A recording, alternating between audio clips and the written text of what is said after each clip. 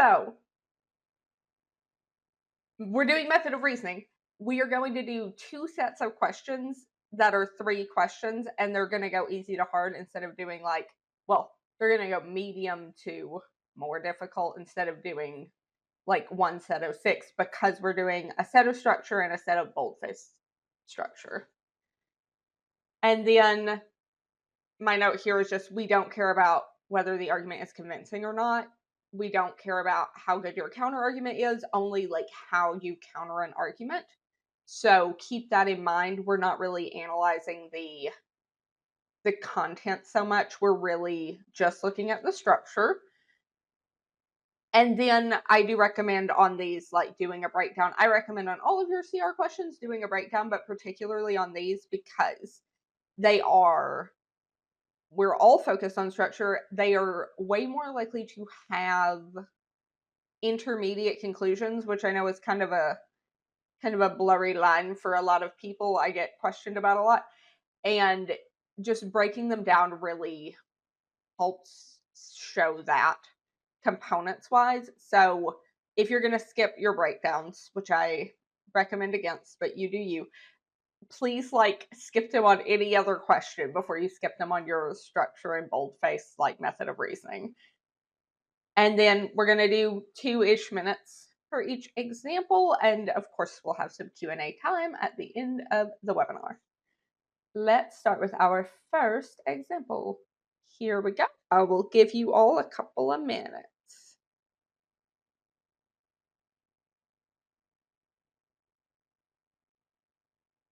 Okay, let's go through it.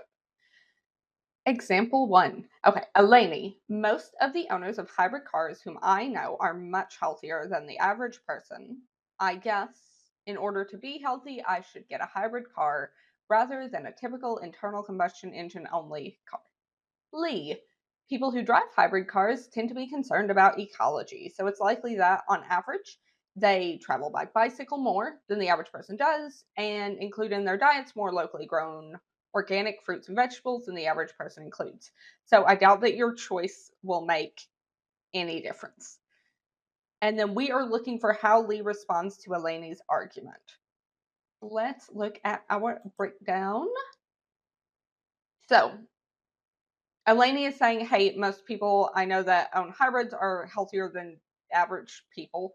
And in order to be healthy, I should get a hybrid rather than a typical internal combustion engine only car. And Lee is like, hey, I don't actually think that's the only thing those people have going for them. They're also probably eating more produce and riding bicycles more often. And Lee's conclusion is, I don't think what type of car you get is going to make much difference. Let's look at our choices. A. Providing reason to question the premise that Eleni uses as support for her conclusion. Lee doesn't really question the premise. He introduces some other information. So she's saying most of these people are healthier. If he was questioning the premise, he would be saying, like, no, they aren't. Are you sure? But he doesn't. He's just like, they're probably healthier for different reasons. B, demonstrating that owning a hybrid car is necessary for experiencing better than average health, but likely not sufficient for doing so. He says that he doesn't think her car choice will make any difference, so that is incorrect. C, pointing out that because Eleni uses a limited sample that may not be representative of people in general, the support for her conclusion is weak. This is something that Eleni does do. She does use a limited sample, but it is not something that he points out. So that is why you have to be careful of structure. D, undermining the force of the evidence that Eleni uses by showing that a factor that Eleni did not mention may be causing the pattern she cites. Yes, he is saying that, hey, I don't necessarily think that your conclusion follows from your limited support because you did not consider this other thing. Or E, showing that the approach that Eleni is considering for achieving her goal is not the only way to achieve that goal. He doesn't do this, but I feel like this is the best trap as far as like he does mention some other things, but he's not like, "You should do these other things." He's just like, "Hey, I think these are the cause for the effect that you're seeing instead of the cause that you think is the cause." So he doesn't really, like, guide her in a different direction. He's just like, "I don't think that your conclusion makes sense. So, I don't think it matters what type of car you drive." Can you ask for I'm not sure. I was gonna workshop on this. Oh, someone messaged me about the thing, and I'm not 100% sure how to do the poll thing, which I was trying to workshop, but I don't get a lot of time to workshop on this when I'm not doing the lessons. So, hold on.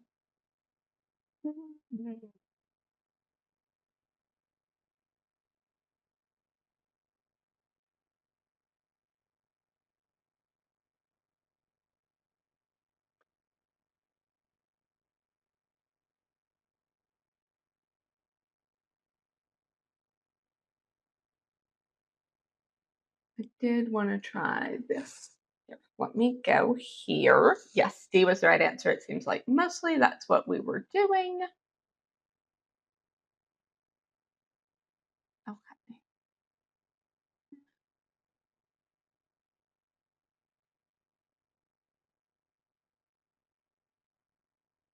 Let's try this. Ah,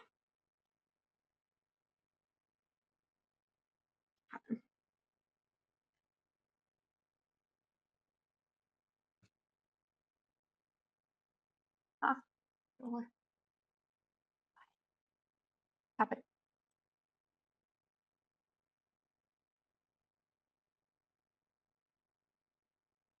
Answer, multiple answer, short answer.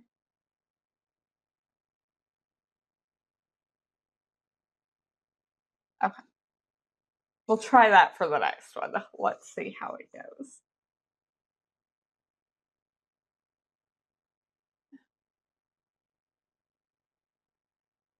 Okay.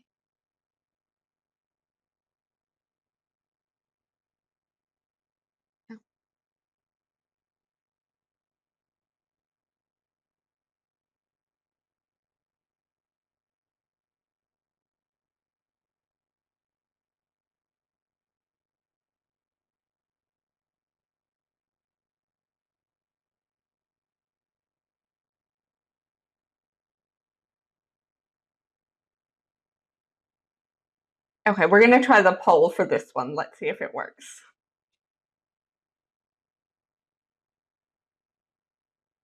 Ah, sorry.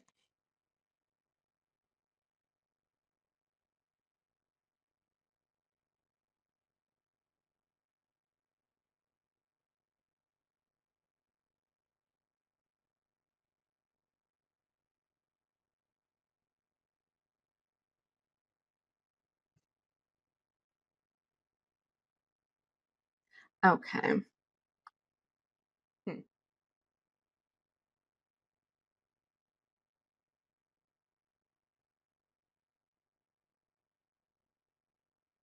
Is it letting you put the answer in there, or do I have to specify them? Okay. Let's see here.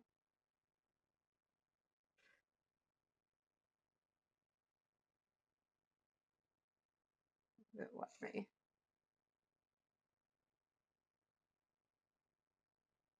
Show me what it is. Huh. Okay.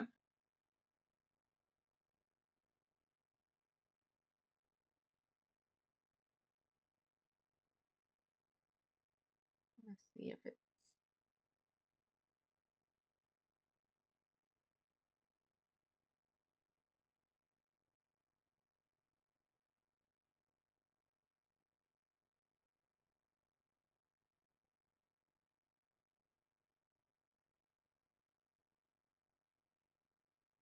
Yeah.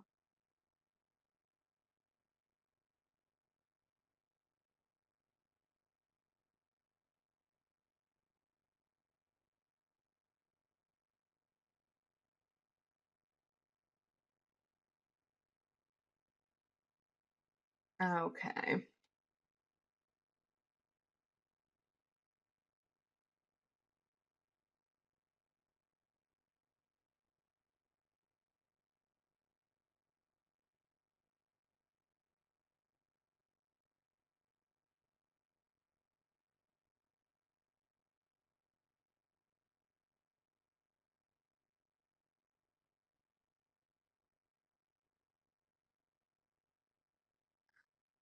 Okay.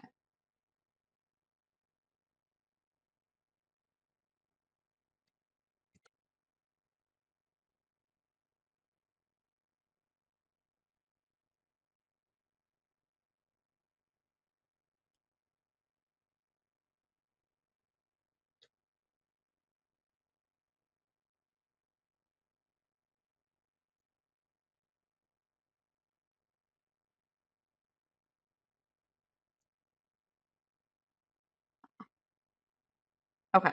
We'll try it again next time. Let's go through this one. Prison sentences are meant to reduce crime by serving as disincentive to engage in crime. Thus, in theory, the threat of longer prison sentences should reduce crime more than does the threat of shorter prison sentences. However, studies have shown that young people age 18 or older are not significantly less likely to commit crimes than are people just under 18, even though sentences are generally significantly longer for criminals aged 18 and over than they are for criminals under age 18. Apparently, the threat of longer prison sentences does not have a material crime reducing effect. So, let's look at our breakdown. Prison sentences are intended to reduce crime by acting as a disincentive. Theoretically, longer prison sentences should serve as a stronger disincentive to reduce crime more effectively than shorter sentences. That follows. And studies show that people 18 and over are not significantly less likely to commit crimes than people under 18, despite much longer sentences for those 18 and over. So the threat of longer prison sentences doesn't have a material crime reducing effect. This is one I get asked a lot about. So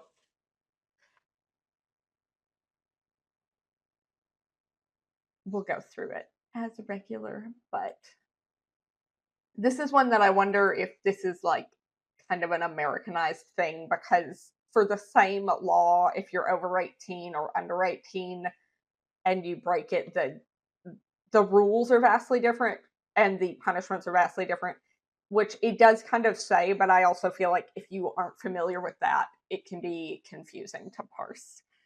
But let's go through our choices. A. Using key differences between the actions of two groups of people categorized by age to eliminate a phenomenon. The two groups of people aren't behaving differently.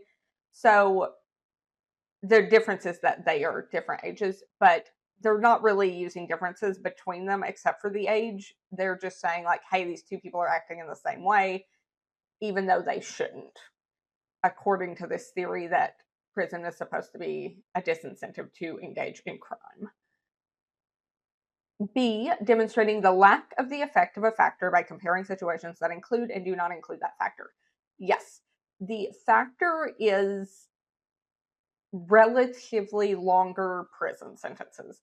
So when they're looking at for any given crime, a person that is doing it like with when they're over 18 and the punishment is longer prison sentences versus when they're under 18 and the punishment isn't as severe, and they're showing that age should change according to this common belief, but it doesn't actually affect how often, or yes, what does it say? People that are age 18 and older are not significantly less likely to commit crimes than people just under 18. So even though they have this 18th birthday and the punishment for crimes is dramatically worse, they are committing crimes at essentially like the same rate. So apparently the threat of longer prison sentences does not have a material crime reducing effect. That is how the argument develops. C, undermining the force of the evidence supporting a common belief by providing a reasonable alternative interpretation of the same information. They don't really provide an alternative interpretation. They're just saying this is wrong. This is a common belief and like this is wrong, but they don't say like here's another way to look at it. D, outlining a theory and then providing evidence to support that theory. They don't they outline a theory that they don't agree with. So that's not quite right. They do not support the theory that they outline. And E, questioning the support for a hypothesis by showing that the data used to support the hypothesis is skewed. They don't point out a flaw in the data, they're just saying the data doesn't support this commonly held belief. So B, I believe, was fairly common. Did we have any questions on that one?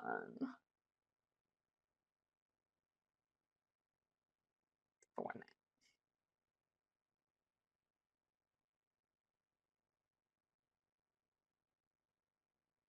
minute. Okay. Yes. So option A. Here.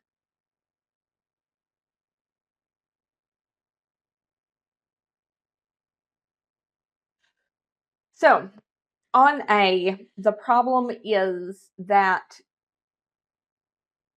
they are not using key differences between the actions of two groups of people because what they're saying is, however, studies have shown that young people age 18 or older are not significantly less likely to commit crimes than are people just under 18, even though sentences are generally significantly longer for criminals aged 18 and over than they are for criminals under age 18.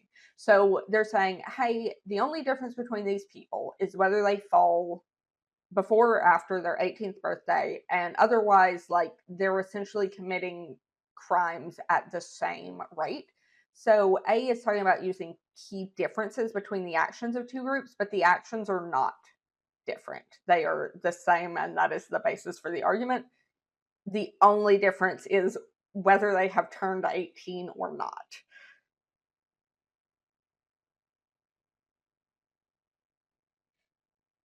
Instead of difference, it was similar.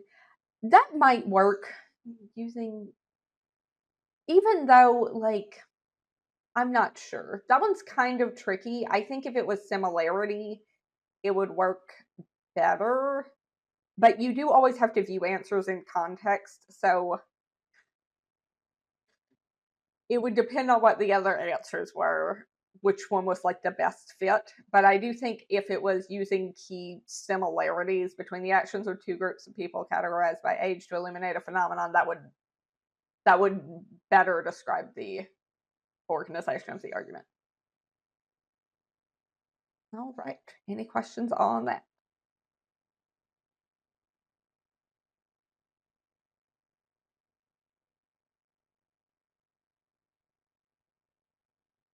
Okay. I have added answers to the poll, I think. So let me open it for this one.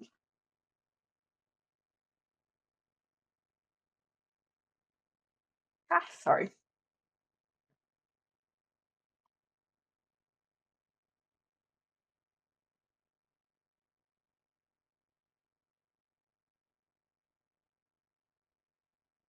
Okay. Let's go through it. City planners have traditionally sought ways to make cities more accessible to drivers by building parking garages and lots of valuable city real estate. I feel like that should be on valuable city real estate. However, doing so limits the space available for businesses that provide entertainment and leisure activities. Now, city planners are ignoring the preferences of automobile drivers in favor of accommodating alternate forms of transportation. This approach is more aligned with the lifestyles of urban residents who want most of their entertainment and amenities within walking or cycling distance. So, Yes, that should be parking garages and lots on. So I will change that later. Let's look at our breakdown. So, in the past, city planners sought ways to make cities more accessible to drivers, and that included accommodating parking cars. However, parking cars takes up a lot of space that could otherwise be for businesses that provide things people want to do. Now, city planners are ignoring the preferences of auto owners in favor of accommodating other forms of transportation. Urban residents want most of their entertainment and amenities within walking or cycling distance. And the conclusion, the planner's new approach is more aligned with the lifestyles of urban residents.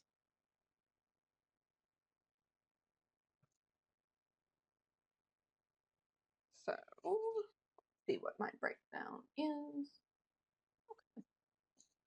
Um, which of the following statements made by a city planner best illustrates the reasoning that underlies the change in policy described in the argument above? This one has kind of a weird layout, but be ready for anything. A, as our cities become denser, the prevailing attitude that it is practical to own a car in an urban area must be broken down. This is a bit this is a bit strong. So what we know is that city planners have traditionally sought ways to make cities more accessible to drivers, but not necessarily like drivers that are also urban residents. So some people drive into the city to do things. And for that reason, this is a little bit out of scope for the argument. We don't we don't know who's owning these cars or how the city planners would respond to that. It's just a little bit out of scope. B, the city has long done a disservice to its core taxpayer base in favor of attracting entertainment dollars from the surrounding suburbs.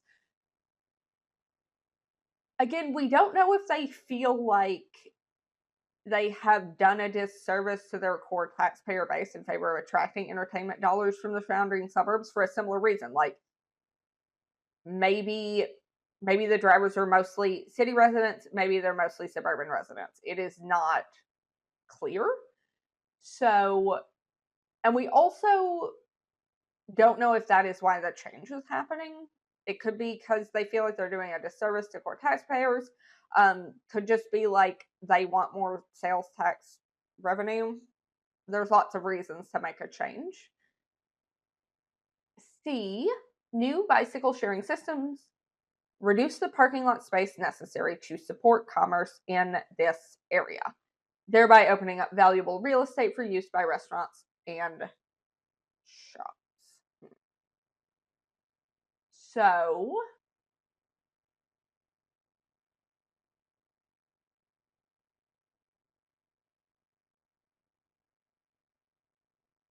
we are trying to reduce the parking lot space necessary to support commerce and open more like things that you can walk to and cycle to. So this one fits pretty well. Yeah. More young people can afford to buy in our city now than could in the recent past, but without entertainment options, we won't be able to interest them in moving here. Again, this is a bit of an overstatement. We don't know like what age group of people they're trying to attract, though the what would you say? The stereotype, I guess, would be that who lives in the city, like young people that walk and cycle to things, but that doesn't necessarily mean that that's what they're going for with this city. So, bit of an overstatement. This is something that would fit, I think, a bit better in the real world, but isn't supported by the argument. And E, parking lots are unattractive and waste valuable space that could be used by retailers and other businesses that will generate more tax revenue. This is also like an overstatement. We know that they're kind of shifting away from the parking lots and more into the businesses, but that doesn't mean that like they hate parking lots and they think they're a waste of space. And they need tax revenue from these other businesses. So this is just like a bit of an extreme choice. Let's see.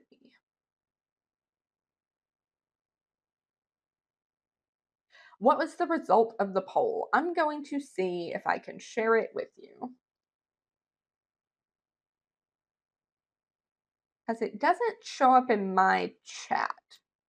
So I can see it on a separate window, but let me know if you can see the poll in yours or however it works. Thank you for bearing with me. Ah, sweet. All right. Cool. All right. Do we have any questions on this one?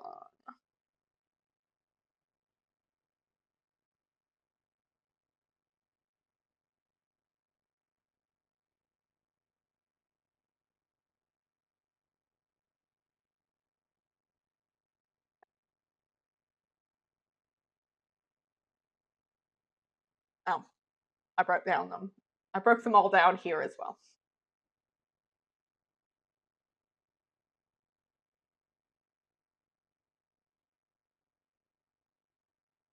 This one is hard. So we did like the first one with the two people, Lee and Elaney. That one was a medium, and then the other two were hard. And then we're gonna start back over and do some boldface, medium, and then I think two more difficult ones.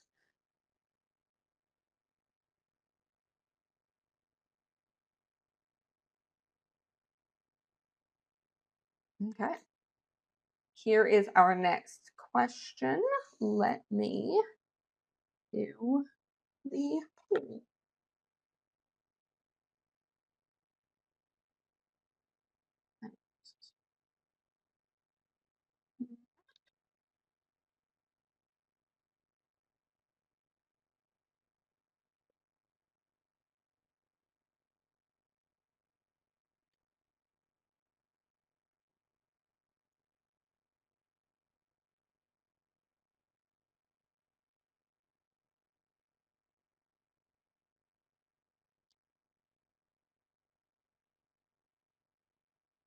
Ah, yes, it was C.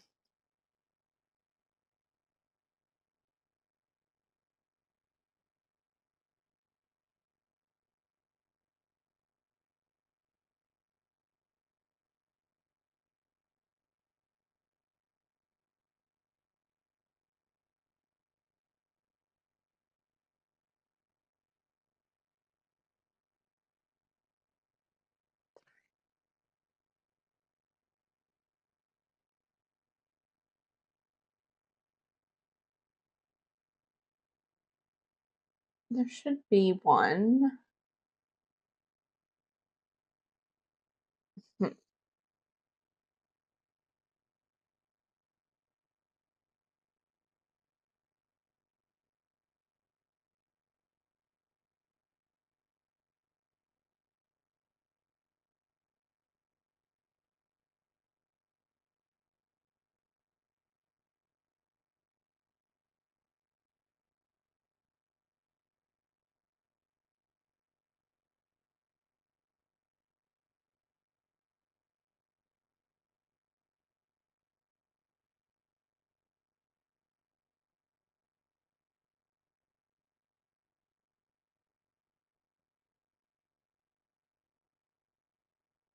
Okay, we have a little time left, but I will go ahead and start working through it.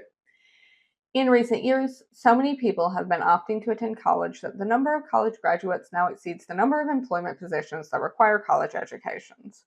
Some people, therefore, have made the case that much of the large investment that has been made in college education will not earn returns in terms of increased productivity. This assessment is incorrect, however, as in many positions that do not require college education, people who have knowledge gained through college education are generally more productive than are those without college education in the same positions. So, I did mention about intermediate conclusions, which are more popular in these, but the other thing that's very popular is sort of brief, subtle conclusions. That is another thing to keep your eye out with method of reasoning. Let's look at our breakdown. So recently, so many people have been attending college, and now the number of graduates exceeds the number of positions that require college educations. And that is used to support. Some people have made the case that much of the large investment in college education will not earn returns in terms of increased productivity. This is a conclusion the author opposes. Who thinks this? Some people. We do not know them. The author does not agree. We can tell because the next sentence is the author's conclusion, which is this assessment is incorrect. And the author supports that by saying, in many positions that do not require college education, people who have a college education are generally more productive than people who don't have a college education in the same position. So we are only talking about productivity, something to keep in mind. Oh, let me share these.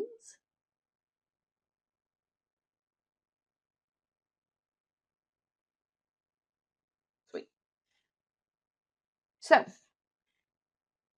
well,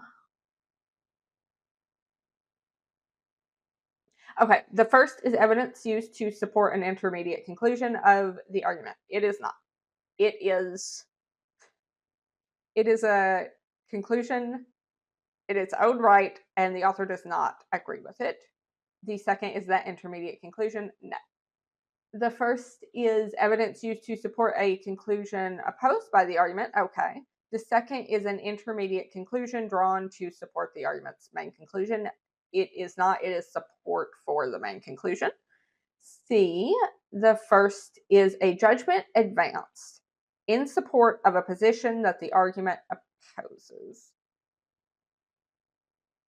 Okay. The second is the argument's conclusion. Yeah, the first is a position that the argument opposes, not a judgment advanced in support of. D, the first is a position that the argument opposes. Oh, look at that.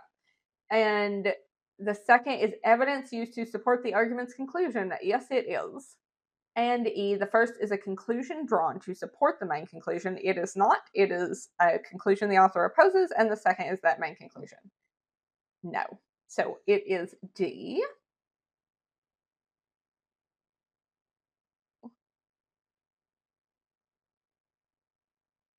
Oh, okay.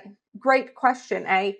So an intermediate conclusion and a brief conclusion are two different things. So what I'm talking about here is the conclusion of this argument for the author, the author's conclusion is this assessment is incorrect.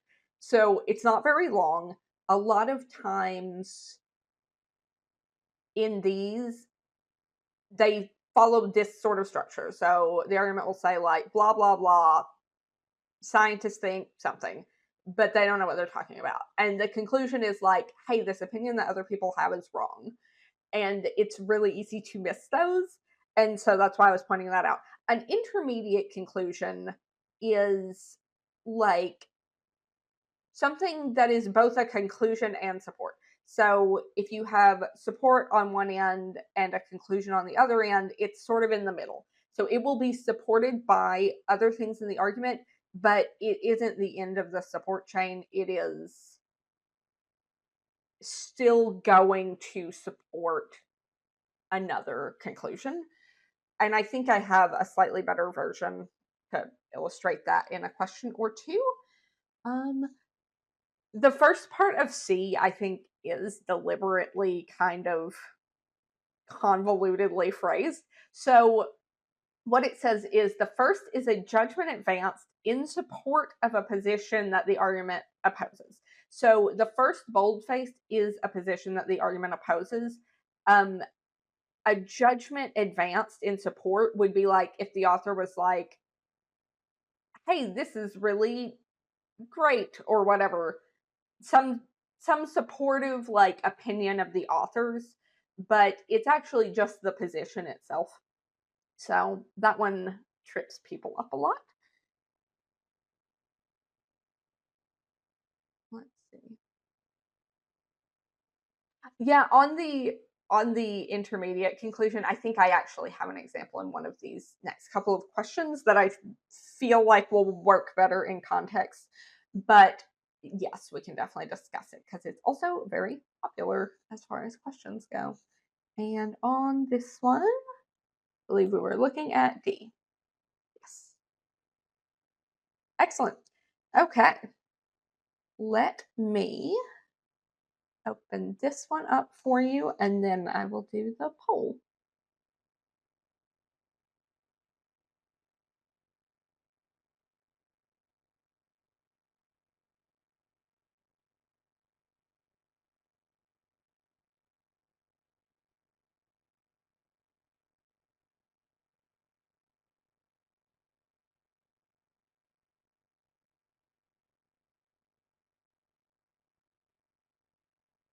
Okay. This is the one with the intermediate conclusion. So, spoiler alert. A recent study showed a correlation between the quality of wine and the price of wine. While these results indicate that generally, a winery's improving the quality of its wine will enable that winery to increase the price it receives per bottle. It would be wrong to conclude from the existence of this pattern that a winery will benefit financially from improving the quality of its wine. There are costs to improving wine quality, such as the extra expense of higher quality grapes, money spent on new technology, and salaries of top notch winemakers. And therefore, wineries that improve wine quality often see lower return on investment than are seen by wineries that produce wine of lower quality. Let's look at our breakdown. So, the author's main conclusion is it would be wrong to conclude from the existence of this pattern that a winery will benefit financially from improving the quality of its wine. And support for that conclusion is there are costs to improving wine quality, such as the extra expense of higher quality grapes and other stuff. And then this last part is actually an intermediate conclusion. So the first sentence of support, these things cost money, supports the second sentence, wineries that improve wine quality often see lower returns on investment than are seen by wineries that produce wine of lower quality. So that's an intermediate conclusion, which then supports the main conclusion. It would be wrong to conclude from the existence of this pattern that a winery will benefit financially from improving the quality of its wine. This author's main conclusion is positioned right after the conclusion that they oppose a winery will benefit financially from improving the quality of its wine. And then that is supported by this study. A recent study showed a correlation between the quality of wine and the price of wine. And the intermediate conclusion here, a winery is improving the quality of its wine will enable that winery to increase the price it receives per bottle. So this one is a journey. Let's go back and look at our choices. A, the first is a conclusion that is opposed.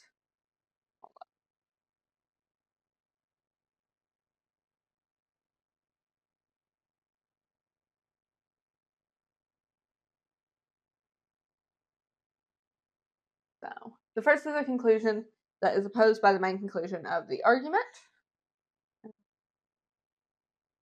No,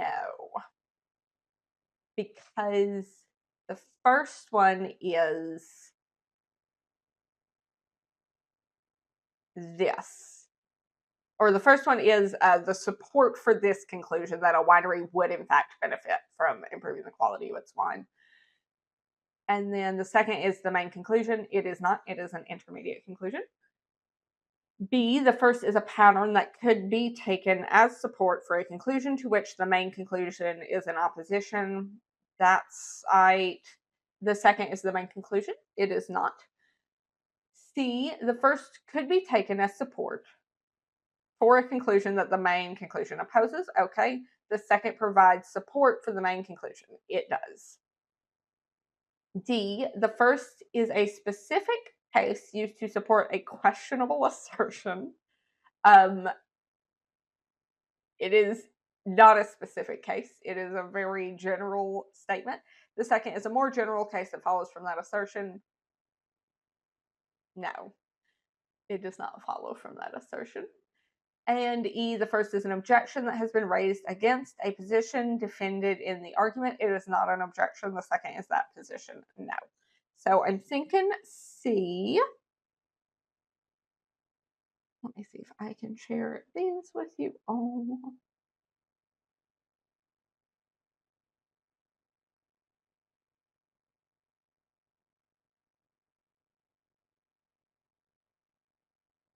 So the first can be taken as support for a conclusion that the main conclusion opposes. Yes. And the second provides support for the main conclusion. Yes. In this one, notice that this is a hard question. So there's a couple of things that I think make it kind of tricky. One of them is that the conclusion that the author opposes is wrapped up in their conclusion, so it's not explicitly stated.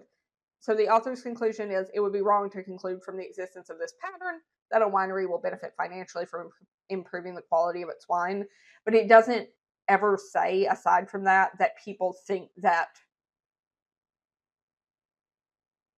a winery would benefit financially from improving the quality of its wine.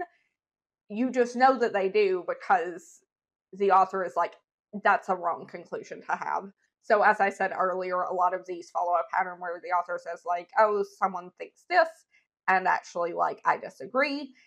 Here, they skip the someone thinks this part, and they just say, I disagree with this opinion. So, it's a little bit more streamlined.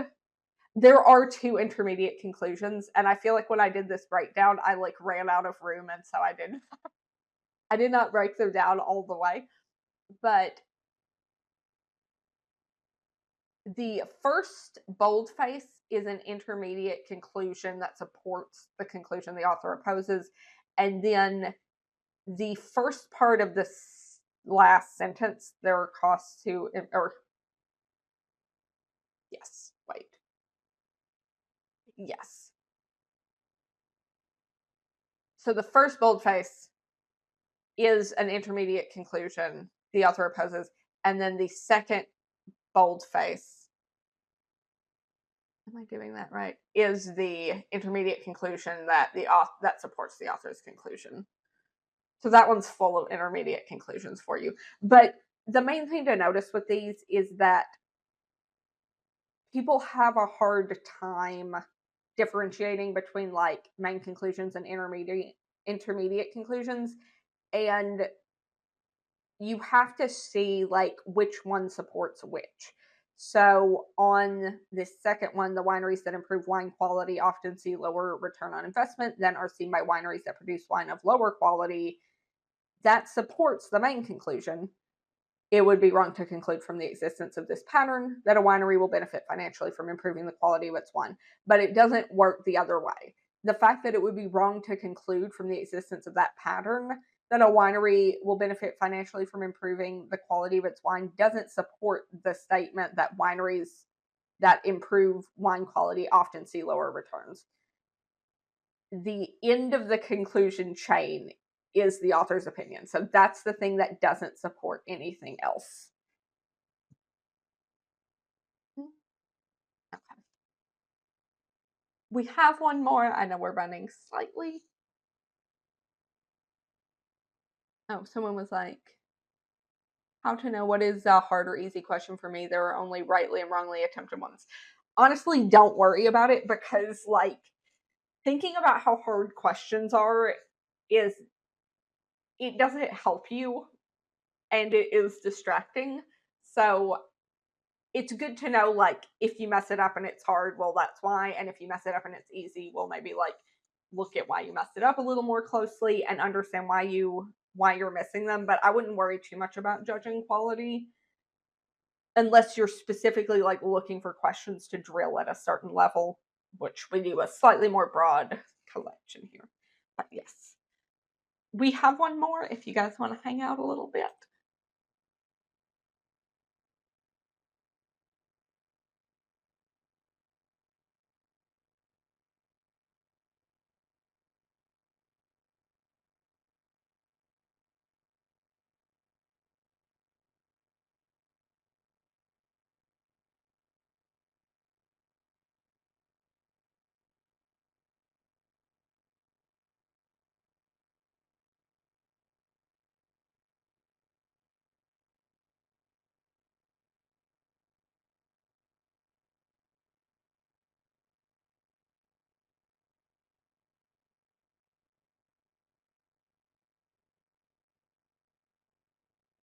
Okay, economists.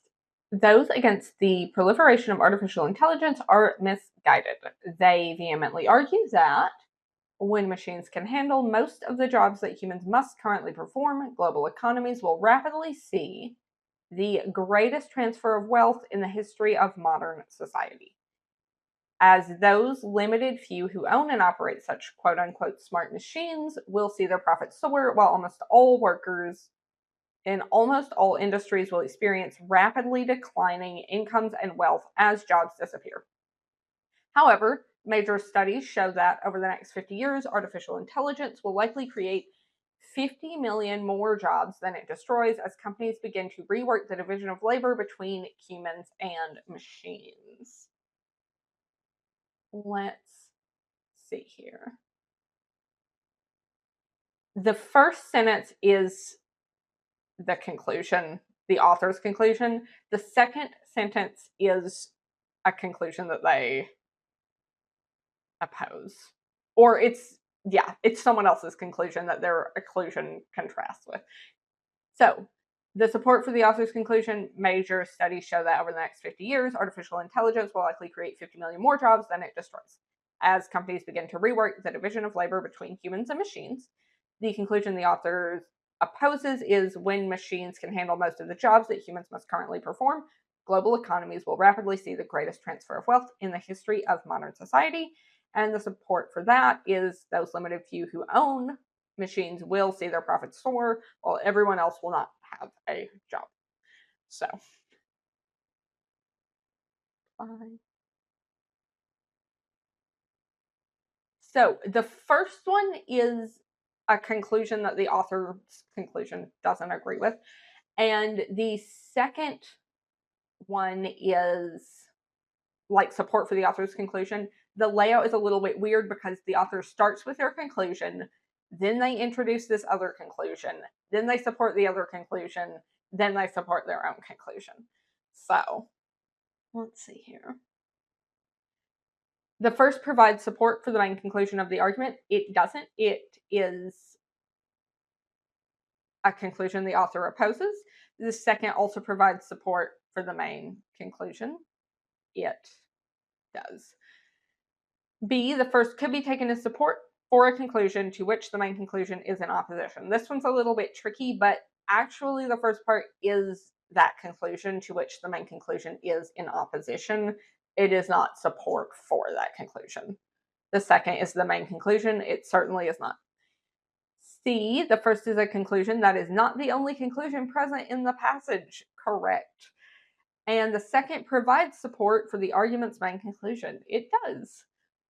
D, the first is an objection that has been raised against a position defended in the argument. For this one, notice that these two conclusions oppose each other, but this the first boldface portion, that is the conclusion the author disagrees with, is not an objection that has been raised against a position defended in the argument. We have no reason to believe that they're saying that like as an objection that has been raised against the author's position. The second is that position. No, it is not. E, the first supplies context for the economist's argument.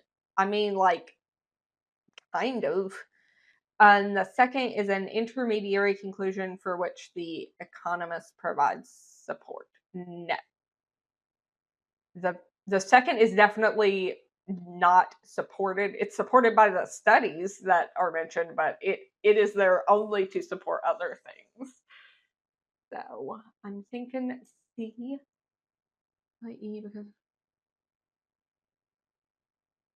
well, the first clause of B is incorrect. So the problem with the first part of B is that the first could be taken as support for a conclusion to which the main conclusion is in opposition. The first boldface part is a conclusion to which the main conclusion is in opposition. It is not support for that conclusion, it is the conclusion itself. So let's pop over here. This is what the first or the conclusion the author opposes is what the first boldface portion is, and it's supported by the bit about those limited few who own and operate such smart machines. So this is saying B is saying in the first part that it is support for a conclusion, but it is actually the conclusion itself. And then the correct answer on this one is C. Do we have any other questions about that or any of the other questions or anything else?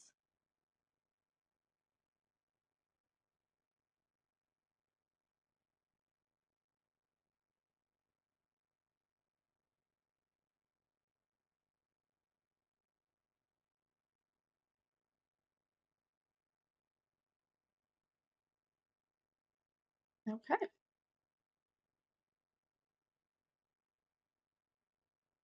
Thank you. Yeah. My email is in there if you do have questions later. And I appreciate you guys hanging out while I struggled with the polling a bit, but I should be better next time. So if you were all good, then I guess I will see you probably next week. Otherwise, reach out to me in the meantime. Thank you so much. Oh, how many articles in different genres should we try to read daily for reading practice? Um, I would focus on like probably a good article a day. Some of them are like 30 minutes and you really might not have that much more time. So if they're shorter, then you might do a couple. The different genres, I think the main thing is like the more practice you get reading things that aren't inherently interesting to you and like practice cultivating that interest is more beneficial than like, oh, I read about five things that I actually already care about. And so you aren't really like, you want to be able to get interested in things that aren't inherently interesting to you. That's one of the main skills. Um, and also the quality of reading matters. So if you can read like one article but you take really good notes and you kind of think about how like questions would manifest about that article, that's better than like power reading through three or four different articles but you aren't really like analyzing them and trying to think about them from a GMAT perspective.